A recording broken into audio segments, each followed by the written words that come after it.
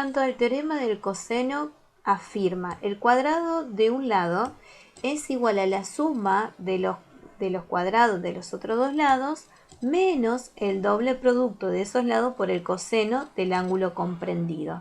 Le va a resultar bastante familiar este teorema en parte, porque si ustedes observan a al cuadrado es igual a b al cuadrado más c al cuadrado, es similar a qué teorema, al teorema de Pitágoras, pero en el teorema del coseno le vamos a tener que agregar esto, menos el doble del producto de esos dos lados, que antes lo habíamos elevado al cuadrado, por el coseno del ángulo. ¿Qué debo prestar atención en este caso? Que si acá ponemos a al cuadrado, el ángulo que voy a colocar acá va a ser justamente su opuesto.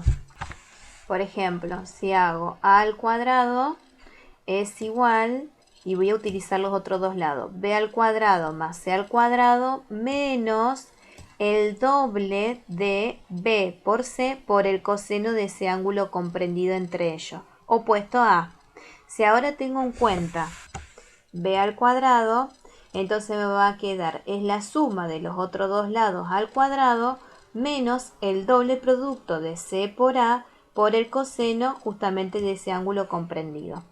Y si tengo en cuenta c al cuadrado, me va a dar lo mismo que la suma de los otros dos lados al cuadrado menos el doble de a por b por el coseno del ángulo comprendido.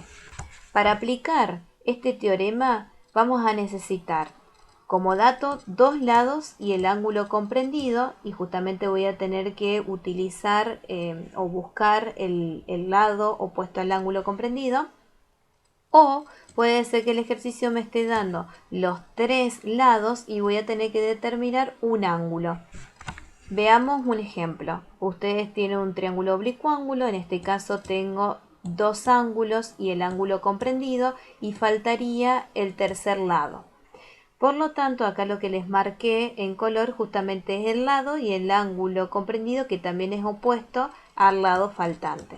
Entonces, aplicando el teorema del coseno, en este sector voy a colocar el dato del lado faltante, y en este sector sí o sí voy a colocar el ángulo comprendido y además opuesto a ese lado.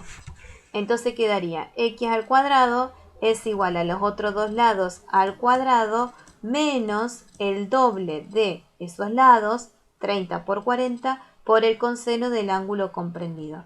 Como la incógnita me quedó en el primer miembro elevado al cuadrado y en el otro miembro me queda todo el cálculo, directamente lo puedo resolver con la calculadora ingresando todo tal cual está acá. 30 al cuadrado más 40 al cuadrado menos 2 por 30 por 40 por el coseno de 42, eso me va a dar justamente este dato. Luego, para despejar la x, lo único que tengo que hacer está elevado al cuadrado, lo hago como raíz, aplico la raíz cuadrada de ese dato y me va a quedar que el lado mide 26,77 centímetros. Veamos el ejemplo 2. Tengo como dato los tres ángulos y acá me pide que averigüe un ángulo. Entonces voy a aplicar el teorema del coseno. En este sector sí o sí voy a tener que ordenarlo de tal manera que me quede el lado opuesto al ángulo que me falta. Entonces 20 al cuadrado es igual a 30 al cuadrado más 38 al cuadrado menos el doble de 30 por 38 por el coseno de alfa, que no lo tengo a ese dato. En este caso vamos a ir resolviendo por parte. Quedaría 400 es igual a 900 más 1444 menos, y todo esto lo puedo resolver porque es una multiplicación, y luego empezar a pasar este término y este término que no tiene x, lo paso al otro miembro, y por último esto que está multiplicando pasa dividiendo en forma negativa.